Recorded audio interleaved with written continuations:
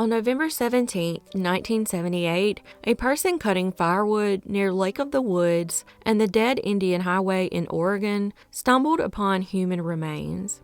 Klamath County sheriffs were notified and began their investigation and determined the victims were 19-year-old Kirk Leonard Wiseman and 17-year-old Cynthia Lynn Frayer.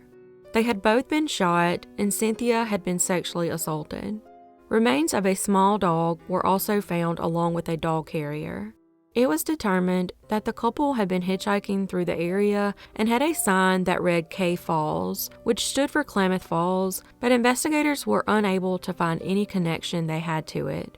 They were originally from the suburb of Sepulveda in Los Angeles, California, and had hitchhiked all the way to Everett, Washington to visit relatives.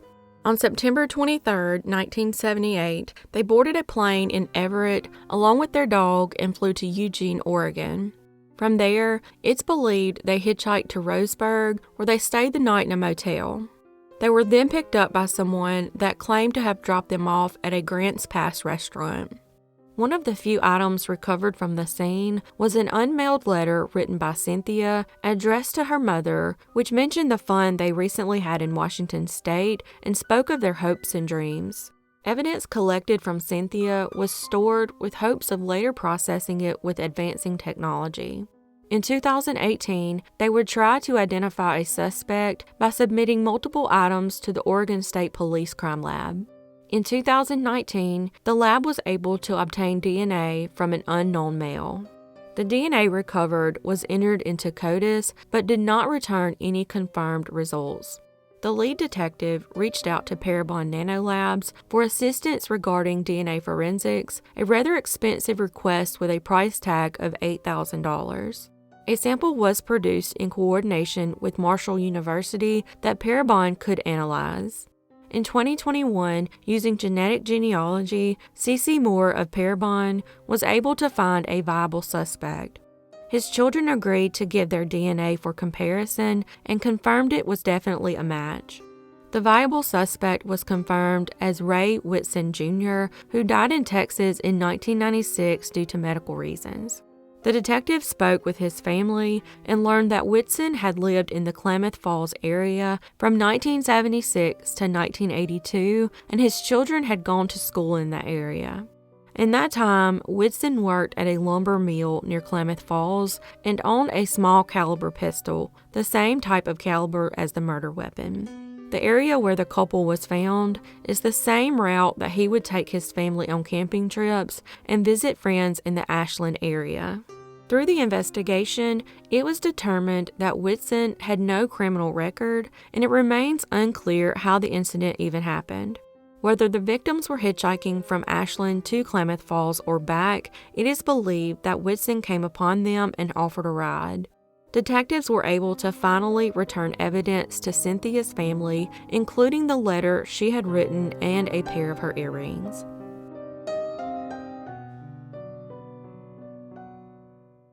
On New Year's Day of 1985 at 5 a.m., a family taking their sick dog to an all-night vet clinic found a woman's body in an empty lot at the corner of Peacock Drive and Creighton Road, just one block off Scenic Highway in Pensacola, Florida. Investigators were able to collect physical evidence from the body and the crime scene that showed the homicide was sexually motivated. DNA found on the victim would also match DNA found on a nearby towel that also had blood on it. The body belonged to Tonya Ethridge McKinley. Tonya was born January 25, 1961, and was 23 years old with an 18-month-old son at the time of her death. She was last seen alive around 1:30 a.m. at Daryl's Bar and Grill in Pensacola.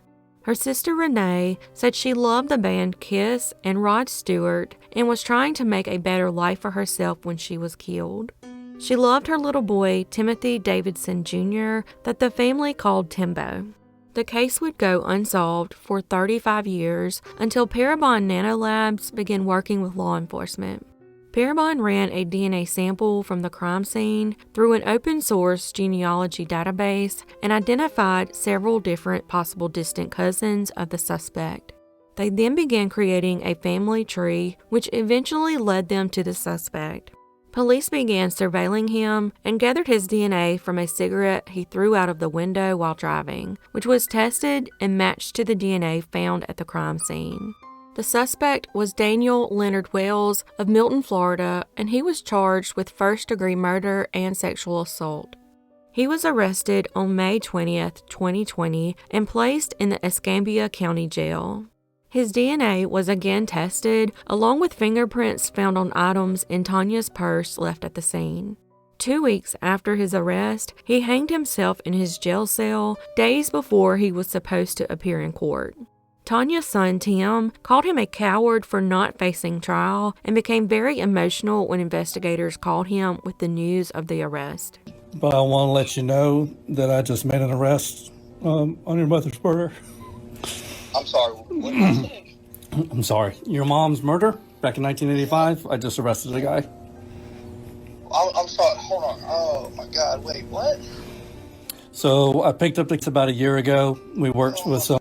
God, dude. We worked some genetic genealogy to identify a suspect. We identified him through DNA. God. We just brought him in. And... Are you serious right now? Yes, sir. Serious. Oh my God. I know it's been a long time. Yeah, man. I'm sorry, dude. I'm sorry. I'm freaking out right now. According to court records, Faelz was arrested in Pensacola in 1987 on battery and witness tampering charges, but the witness tampering charge was dropped after he pleaded no contest to the battery charge.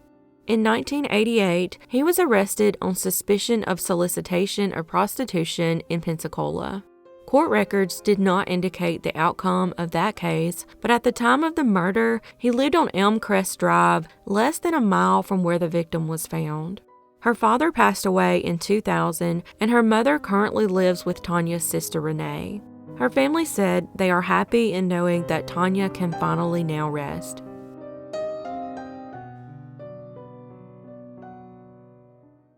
Tina Faelz was born April 27, 1969, to Shirley and Stephen Faelz. At the age of 14, she was a student at Foothill High School in Pleasanton, California.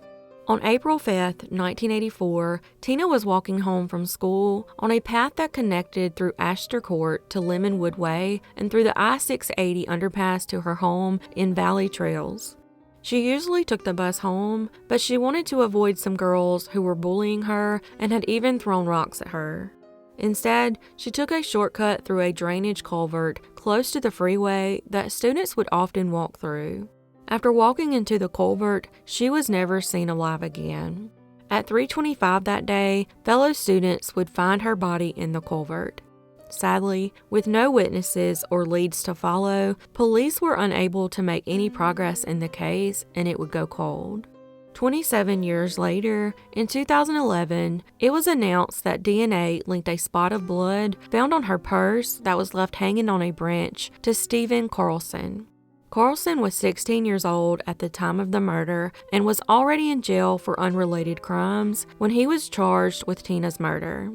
During Carlson's trial, a former friend testified that on the day Carlson murdered Tina, Carlson was bullied and tossed into a dumpster at Foothill High School after a confrontation with members of the football team. He was also known to be into morbid things, and at times it involved animal cruelty. He was convicted of first-degree murder in 2014 and sentenced to 26 years to life in prison. 3 years later, a 3-judge Court of Appeal panel reduced the conviction to second-degree murder, saying prosecutors hadn't proved the element of premeditation and deliberate intent needed for a first-degree murder conviction, which decreased his sentence by 10 years. Carlson has a criminal record that includes convictions for drug and sexual crimes and now murder. He denied any involvement until 2020 when he finally confessed to her murder in a 9-page letter sent to her family. He also wrote a letter to Tina and the state parole commissioner. In the letter, he apologized and said he didn't intend to kill her. He recalled seeing Tina walking from school in the field across the street from his house. At the time, he was in a drunken rage over being bullied and laughed at by his classmates that day. He was also anticipating his parents coming home and seeing the damage to their room from a party he had thrown and believed his dad would attack him. He said he grabbed a knife from the kitchen and it all happened very fast. Before later moving away from the Pleasanton area, he had told peers that he had committed the crime, which made him a suspect but could not be linked to the crime, and he said he had just been joking. He also had severe problems with alcohol and drugs, which only increased after Tina's murder, especially since he dropped out of high school. Tina's remains were cremated and scattered over the Yosemite National Park. While it took 27 years to solve the crime, at least her family now has some closure.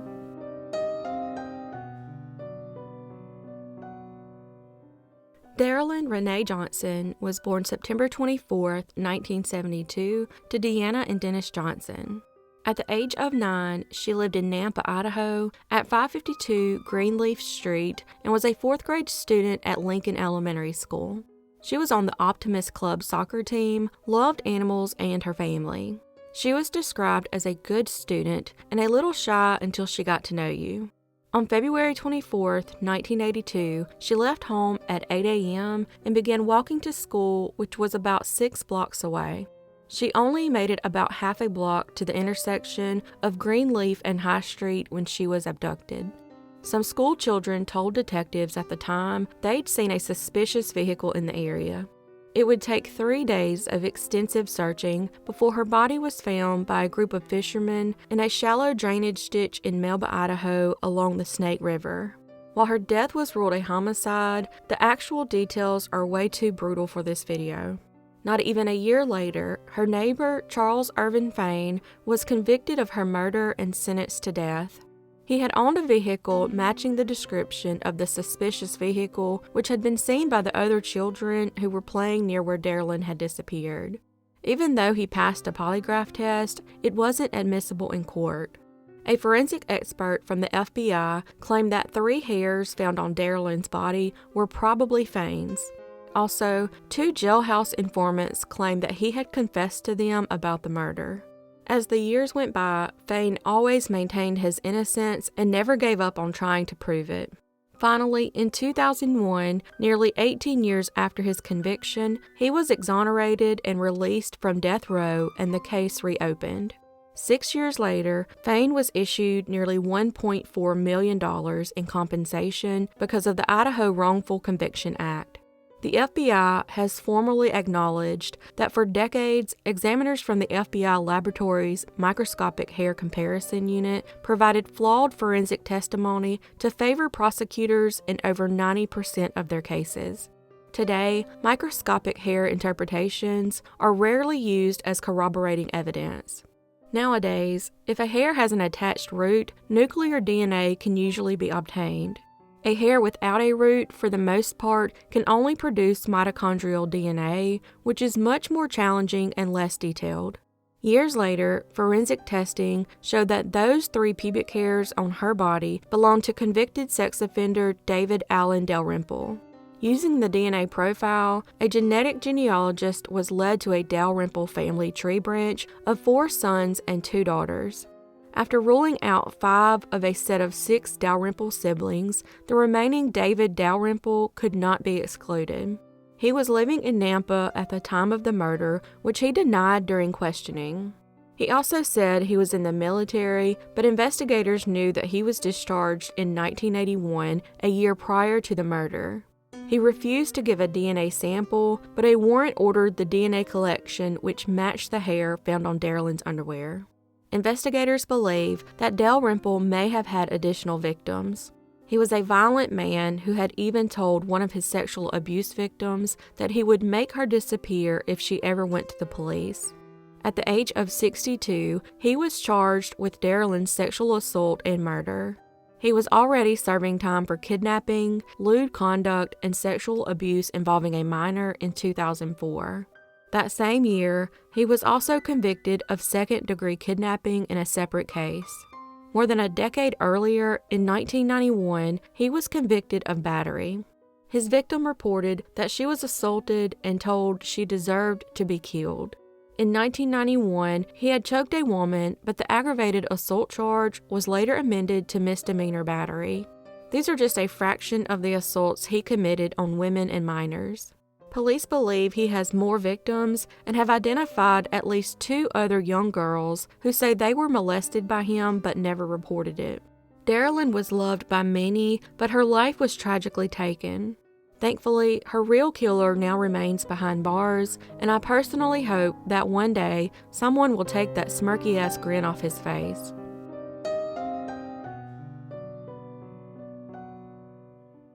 Candice Elaine Rogers was an only child born to Elaine and Carl Rogers and was known by her family as Candy. At the age of 9, she was a 4th grader at Holmes Elementary School, lived in Spokane, Washington, and was described as friendly, shy, and well-mannered. On the afternoon of March 6, 1959, she set out walking to sell mints for the Campfire Girls near her home at 2106.5 West Mission Avenue. This was the last time she was ever seen alive. After she went missing, 6 boxes of Campfire mints were found strewn along Pettit Drive. Over the next 2 weeks, more than 1,200 searchers scoured the area for her. 3 Fairchild Air Force Base airmen searching in a helicopter for Candy tragically died the day after she went missing when they accidentally flew into high voltage lines over the Spokane River. Meanwhile, 2 other airmen hunting in some woods found a pair of girls' blue suede shoes about 7 miles from Candy's home, leading to a more extensive search of that area. The next day, March 22nd, 16 days after Candy went missing, her body was found. She was found about 3.5 miles northwest of Spokane Falls Community College, about 200 yards from an abandoned rock quarry, and 130 feet off Old Trails Road. Her death was ruled a homicide and would go unsolved for 62 years. Grape-smelling gum found on her clothes appeared to link her murder to Hugh Bayon Morse, a serial killer known to chew that flavor, who had allegedly killed at least 4 women. He was the suspected killer until 2001, when DNA evidence would clear him. Another potential suspect was 50-year-old Alfred Graves, who lived on North Cannon Street and was found to have collected clippings about women and children who had been sexually assaulted. Strangely, the day Candy's body was found, he committed suicide in his car by way of carbon monoxide. Another potential suspect was James Howard Barnett, who hanged himself in jail in 1960, 4 days after he was arrested on suspicion of a sex crime against a child. In 2021, the Spokane Police Department enlisted the help of Othram Incorporated, who was able to take the degraded DNA of the killer and create a genetic profile. It was then uploaded to online genetic databases, and the genetic genealogists were able to narrow the match down to 3 brothers. One of those brothers was John Ree Hoff, who was 20 years old at the time of the murder and lived near Candy but was never a suspect. However, they were unable to immediately obtain his DNA because on June 30th, 1970, he committed suicide, but thankfully his daughter assisted police in solving the case by submitting DNA samples. The results showed it was 2.9 million times more likely that Hoff's daughter's DNA was related to the recovered specimen than the general population. This allowed investigators a warrant to exhume his body to collect DNA. His DNA indicated, with a probability threshold of 25 quintillion, that the semen found on Candy's clothing came from him. In 1961, 2 years after Candy's murder, he was arrested for strangling and robbing a woman in Brown's Addition and served 6 months in jail for the assault. He used the same MO as Candy's killing. He was also an Army deserter who became a door-to-door salesman. He was previously buried in the same cemetery as Candy, but his family moved his remains to another site after learning he was responsible for her death. Candy's parents were divorced at the time of her murder. Her father killed himself in June 1963 in a hotel in Walla Walla, Washington, and sadly her mother died in September 2006, never knowing who had taken her daughter's life.